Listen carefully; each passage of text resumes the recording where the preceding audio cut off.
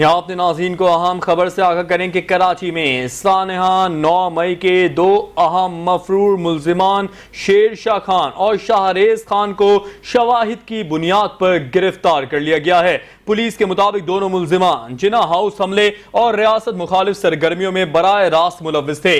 जराए के मुताबिक शेर शाह खान, जो 9 मई 2023 को जिना हाउस हमले के वक्त सजायाफ्ता मुजरिम हसन नियाजी के साथ मौजूद था, 2 साल रूपोश रहने के बाद लंदन से वापसी पर 22 अगस्त 2025 को गिरफ्तार किया गया। मुलजिम पर जलाओ घेराव, पुलिस वैन को आग लगाने और अहलकारों पर हमले का इल्जाम आयद है, जबकि इसकी मौजूदगी के शवाहिद वीडियो और जियो फेंसिंग के जरिए हासिल किए गए। इसी तरह दूसरा मुलजिम शाहरेज खान, जो हमले और मंसूबाबंदी में शरीक था, उसको 21 अगस्त को सबूतों की बुनियाद पर गिरफ्तार किया गया और अगले रोज अदालत में पेश किया गया। पुलिस ने दोनों मुल्जिमान के 30 रोजा जिस्मानी रिमांड की इस्तदा की है।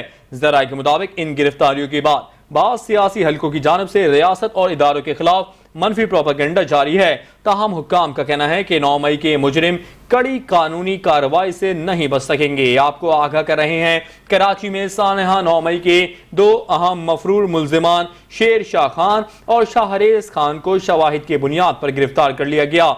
पुलिस के मुताबिक दोनों मुल्जिमान जिना हाउस हमले और रियासत मुखालिफ सरगर्मियों में बराए रास्त मुलव्विस थे।